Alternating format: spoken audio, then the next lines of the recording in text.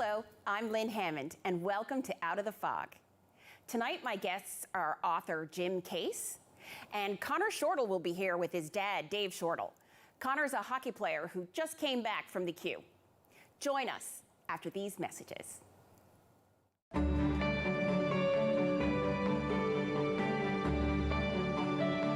You're watching Rogers TV, St. John's. We have a code red situation. In half an hour, we could be looking at another Chernobyl. I just couldn't get through the first series, to be honest. It's a national emergency. Jerry! No, it's me! 500,000 lives are at stake. Oh, God, it's endless, isn't it? We have 25 minutes. Someone's got to be the hero. How good is your American accent? Really not very good, man. Intelligence. New season Sunday, June 20th on Showcase. You're watching Rogers TV. And we're back with Conor and Dave Shortall. Welcome to the show, guys. Thank you for having us. Thanks for having us. And welcome home, Conor. Thank you very much. Yeah, you're one of a number of young people who spent the winter away with the Quebec Hockey League, and you're now back home. So what kind of year has it been? It was an interesting year with COVID. Traveling was restricted. I didn't get to see my parents pretty much at all the whole season, only Christmas time, and normally they would be up a few times to watch us play, so it was interesting in that way, and we had a lot of stoppages throughout the way. We went, I don't think, almost 2 months without playing, and then we would play again for a weekend, and then we'd have to live in a hotel for a weekend, so it was a really interesting year, but we were really fortunate we got to play because all across Canada, leagues and teams didn't get to play at all this season, and we got to have a full season, playoffs included, so we were very fortunate to what we had. And you're not, being away from home is not new for you. The year previous, you were in school in the States, right? Yeah, I was in Connecticut the year past, so that was the transition to Quebec. It was a little harder with the French community, but it was pretty much the same as going. It was a little easier this time leaving home because I was used to what it was like, so it wasn't too difficult this year. Yeah, so you're 18 years old. You've already had some significant successes, in hockey, when you look at your age group. But where did it start, Dave? Like, were you the hockey dad that had him on skates at 2, or, where did this come from with Conor? No, he didn't start at 2. He kind of started late compared to kids now. Like, he started at 6. Okay. And I guess my wife Debbie, Conor's mother, she's been an athlete her whole life. Yes. Played sports in university and soccer player and things like that. So I think he gets the athletic side from her. Yeah. You're a healthy family. Oh yeah, anyway, absolutely. Right? Like we're into sports. I play hockey now, not very good, but I play. So we really enjoy it. But yeah, I'm definitely the typical hockey dad. Yeah. I absolutely love everything about being at the rink. I love everything about watching hockey. I love everything about what he's doing. So, but it started when he was 6, and I'll never forget actually his first time on skates. It was at the old Brother O'Hare Arena, which is now Yetman's. And I remember him looking up at me and he said, "Dad, I'm the worst one here." And he was the worst one. And then it just evolved from there with lots of practice and training and things like that. So where does the love come from? Like, where does the drive come from? Well, I didn't start off liking hockey because I didn't know how to skate. I found it too hard, so I just never liked it. I was in can skates, obviously with no stick, no puck, no gear, and I hated it. I was terrible at it, so I wasn't a fan of it, but I really liked playing ball hockey. So on our old cul-de-sac where we used to live, I used to go play ball hockey with all the older kids, and then eventually they started playing hockey, so I said, all right, it's my turn to learn how to skate. So like my dad said, I started and I was terrible. I was the worst one out there. I would be the slowest skater. And eventually I just kept progressing, got better and better, and then I guess I really found a passion for it kind of when I was, I think, 13 or 14. I got cut from a AAA team, and that was really disappointing to me. So after that, I kind of realized I don't want to be in that position anymore. I'm not on the top tier team. So that was kind of when I just decided I got to go all in and You're gonna dig try to in. make every team possible. And that's that age, right? Like, that's my understanding, is that, you know, between 12 and 14, you make that all-in commitment. You know, if you're going to play elite hockey, you know, you decide this is my key sport, kind of my one and only. You know, parents have to be kind of financially and personally invested. You know, that's kind of that age, right? Because we see that's where, I mean, a lot of people play hockey, but that seems to be that age where if you're going to go further, you got to decide to make the commitment. Yeah, and I think it's with, you know, any elite sport to a certain, or an elite athlete, you have to make that decision. You know, I remember Conor, he was a great basketball player, and we loved watching basketball. Matter of fact, there's times I actually thought he was a better basketball player than a hockey player.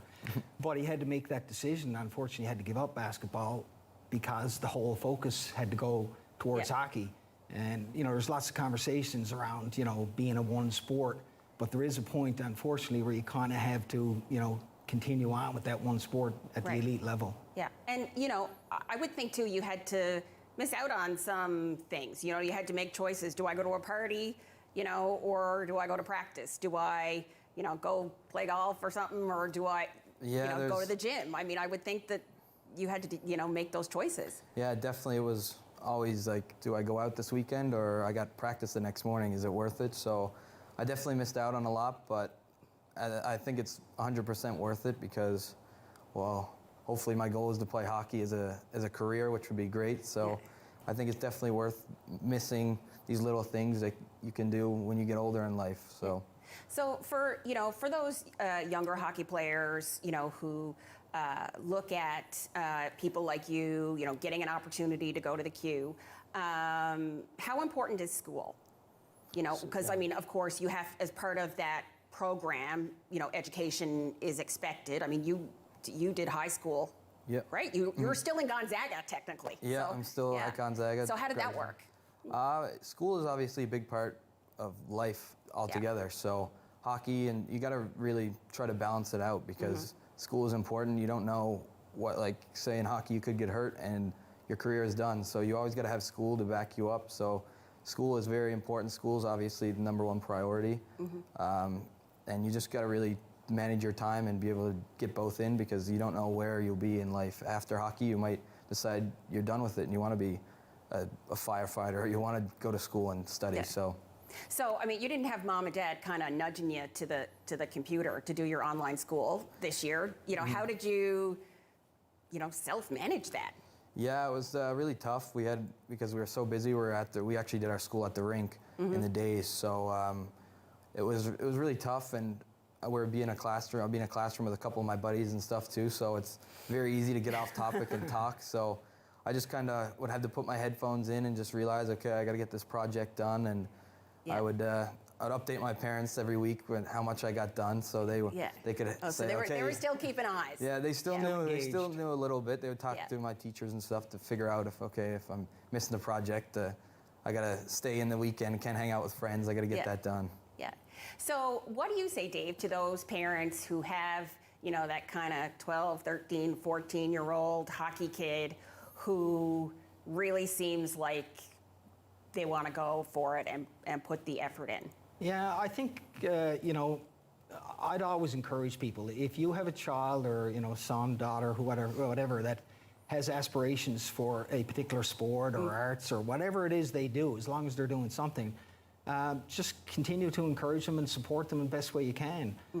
You can't always be there. Like in our case, last 2 years, we're living in different places with different countries in one scenario. But you're always there. Like, we talk to Conor every day. It may be text, it may be whatever the case may be. But I think people should allow their kids to pursue whatever passion that they can and support them the best way they can.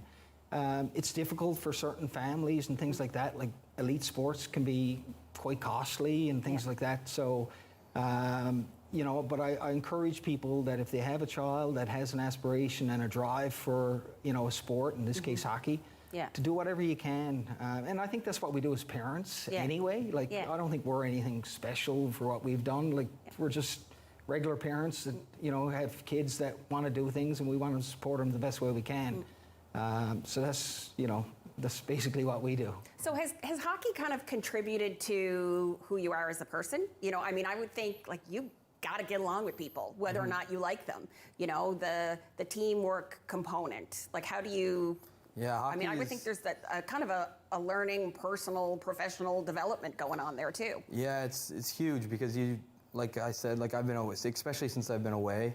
It's a huge maturity level. I found I've matured a lot more because I gotta live on my own. I gotta stay on top of things like school and stuff myself. I can't have people there to be telling me always to do things, and you learn and meet new people. Like a lot of my team this year was older. We had a lot of 19, 20-year-olds, so they teach me new things that I didn't know, how to adapt to things, help me mature. So.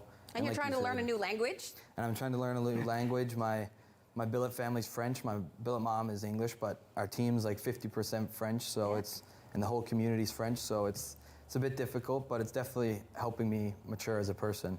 Good.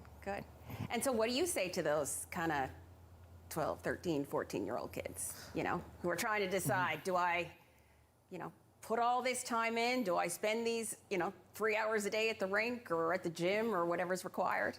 Well, it's really what they want to do because that's what I want to do. And if that's not what they want to do, it's not for everybody. Yeah. You just really if that's your goal in life, to be a hockey player or do whatever you want, you're going to have to make sacrifices, you're going to have to miss out on things, and you're going to have to work hard for it. But for me personally, and for I know a lot of others, it's really worth it. So you just got to, if you want to do it, you got to go all in. Good. And so you go back this year to Drummondville. Yep. Right? So when do you go back? About mid-August for training camp. Yeah. And so then what happens then? There'll be some new people on your team. There's you don't try out again, right? Like you're. It's considered a tryout. Like you can get cut. You can. They might not ask you to return. Oh, okay. So you got to keep it up. Like it's not like you're. It's not a joke. Oh, no, okay. it's not like you're going there and just running through the motions. You really got to try to get a spot on the team again, really. Yeah. So there's new players coming in, and so the there's pressure's old not players off. going out. No, it's the same, basically, just starting up again. You just got to make a name for yourself. Yeah, the pressure's never off. Like you're always fighting for your position when it comes to sports. Sure, well, in our life, careers, right? like everything, there's always someone knocking at the door wanting his spot. So you got to constantly get better. Like you get to a level, but to get to the next level, he's got to get better all the time. Yeah. And that's what all the training is about, and continued development. So what's the goal, Conor? Like, where do you want to be in 5 years? I'd love to be in the NHL, hopefully making some money and just doing something I love for a career. It's a great goal to me. If not the NHL, just hopefully playing professional hockey somewhere, just doing what I love. Yeah. Well, I love your attitude, and how your just overall perspective on life. I know that will bring you far, and you know what? That's the kind of people want to work with, right? And I would think that coaches are the same, So we absolutely wish you all the best, and we'll keep eyes on you, Conor Shortall. Thanks so much, Dave. Yeah, thank you for having us. We really appreciate it. Yeah, thank you very much. My pleasure. And we'll be right back after these messages.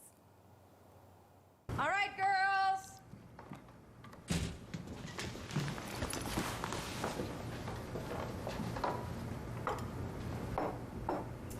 Mom, you said it's played again.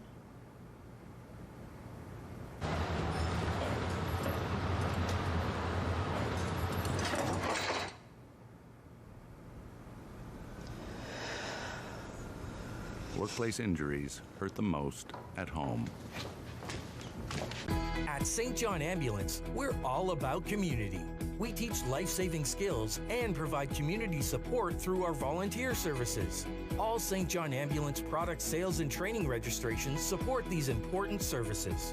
Volunteer, donate, or enroll in a program today so we can continue to have an impact on our community. Visit sja.ca to learn more. At St. John Ambulance, we do more than save lives, we change lives. And we're back with Jim Case. I'm so glad you're able to come in and sit with us today, Jim. It's my pleasure. And I know we've been, we know each other originally from Twitter. People would know you, of course, as an architect. But the reason you're here today is to talk about your book. And so I asked you the pronunciation, but maybe you can do that for me again. Ananias. And so, Ananias, that's the name of your triple great-grandfather, is that right? That's correct. And who was, I guess, the inspiration for this book? Or, I mean, let's go back a little bit. You were an architect. What made you to decide to write a novel?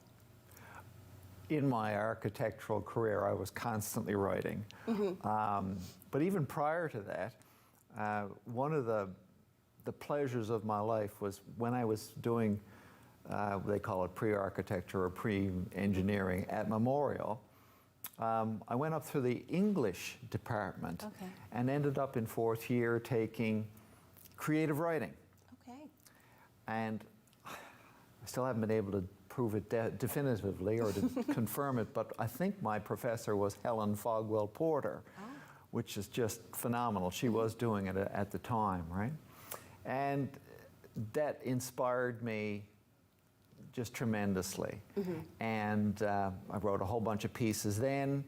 I went on to architecture school. I guess those sort of writing habits never left me, and they became like writing a creative proposal to get work was what I did for 40 years. And especially in the last 15 to 20 years when I either owned my own firm or I was in a partnership. So writing proposals became critical, and I became a technical writer for the offshore. Which means that I knew a little bit about all aspects of offshore oil production, just enough to be dangerous. Being an architect, not an engineer. So I did that for years and years as well, writing bids and so forth. And so as I sort of tried to wean myself off the architectural practice, then I said, well, I'm going to go back to my passion. And I was in a number of writing groups. My wife actually signed me up for one that was for poetry, which I found out I was just terrible at. So I had to give up on the poetry for sure, but it was good training to get into a novel. And so how did this, or maybe can you give us, I mean, I'll recognize that normally I prefer to have read a book before I interview the author. But, you know, as I had said, we're getting close to the season, and this is on my summer reading list. But so perhaps you can kind of tell us, you know, without giving it all away, you know, some of the storyline and the themes that are in the book. Well, I'll try. The story takes place over the course of a decade, from 1822 to 1832. And it begins in Dorset, in a place called Bridport, which Newfoundland is very connected to, or was very connected to in the early 1800s, because Bridport was the major rope, net, and sail manufacturing town in the whole of the UK. So an awful lot of their product came here. So there was that very strong connection. So the first quarter to a third of the book actually takes place in the old country. It's about Ananias and his work at a merchant place there in Bridport. And there's a number of circumstances. There's an event that causes him to get out of town, shall we say. And the first boat that he manages to board is headed to where most of this stuff was shipped at the time, Carbonear. And he just got on it and basically disappeared from England. So when he gets here, it's kind of interesting because there are a number of things that happen in the first part of the book that emphasize class structure in Britain and how he was from sort of a lower area, but still he was educated. He could read and write and became a clerk, and which today would be considered an accountant.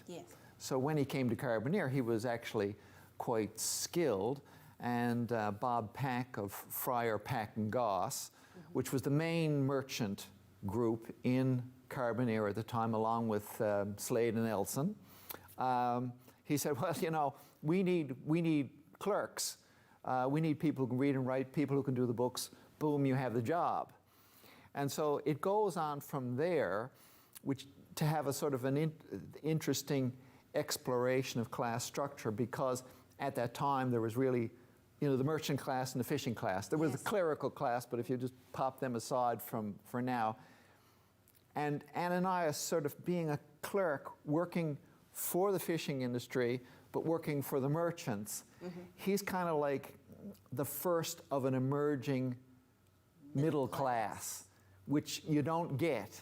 And so it's not like the starving fisherman. It's a little different from that. And I try to give a new perspective. And then in the background, one of the things that's happening at Conception Bay North is there's this huge Wesleyan revival. And so it's all about Methodism spreading far and wide. So there's a number of things happening with that. And the other thing that I find really fantastic is under the light of the 1832 sealer strike, which was perhaps the first social action that occurred in North America. And so you sort of weave that into it. I want more people to know about that. So this is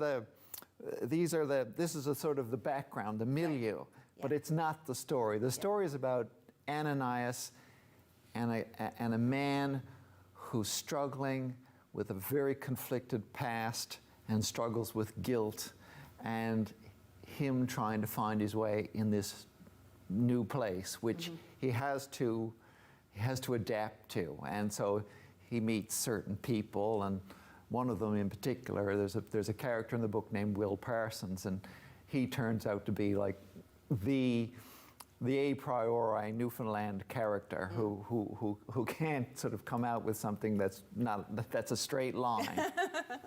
So that's a little bit about the book. And so, I mean, it's fiction. Yes. But historical fiction. So, you know, I guess you had to, you know, balance the historical accuracies with... Absolutely. This book was the data, the facts in the book were researched for 5 years. And so every single date, every single event, every single ship that's named, every place, every weather event is all accurate. And I defy anyone. No one has managed to catch me up on anything yet. No one has hit the button. So that's a really interesting aspect of it. And I was sort of sucked down into that genealogical pit when I was doing family history. And I was, you know, my wife and I were having this discussion. I'm saying, oh, you know, I've got a fact here. I've got something really interesting about Ananias. Here's a court document, and why did this happen? And she would make fun of me, and she would say, you can't know all of that. I said, well, you know, you can sort of like check off what you know didn't happen. And she said, you don't know what happened in between. And I said, well, you know, she said, you could make it up. And I said, that was like the eureka moment when she said, well, why don't you just connect the dots and write your book? And so that's how I ended up doing it. Fantastic. So tell our viewers where they can find the book. Well, the book can be found. It's been in the Travel Bug downtown. Yes. Jerry Rogers and Peggy Norman were the first to have it as soon as it was published. God love them. And as of the new year, it was available in chapters here locally. It's currently sold out, but I think that's only going to last for a week. Sold out, that's great. And it's also available in Carbonear, because that's where it's based. So I wanted to have an outlet there. And it's available at the Green Door in Carbonear and at the Ocean View Art Gallery, which is a really popular spot anyway. So they carry the book as well. And of course, you can get it online. I'd encourage anyone to go to nevermorepress.ca, and you can order it right online, and they'll deliver it right to your door. Fantastic. Well, Jim, I'm so glad we finally got a chance to meet in person. And I look forward to your book. It's definitely on my summer. Well, I'll look list, forward to hear what you have to say. Well, yes, we'll have to have coffee after and have a chat about it after I read it. Thank you very much, Lynn. Thank you so much for being with us. My pleasure. And we'll be back after these messages. If you have a comment about this program, we'd love to hear it. Email or call us, or send us your feedback through social media. Well, Ananias is certainly on my to-read list this summer. Thanks so much, Jim Case, for seeing us today. Also, always a pleasure to see Conor and Dave Shortall. Really looking forward to watching Conor's continued success. Join us next time on Out of the Fog.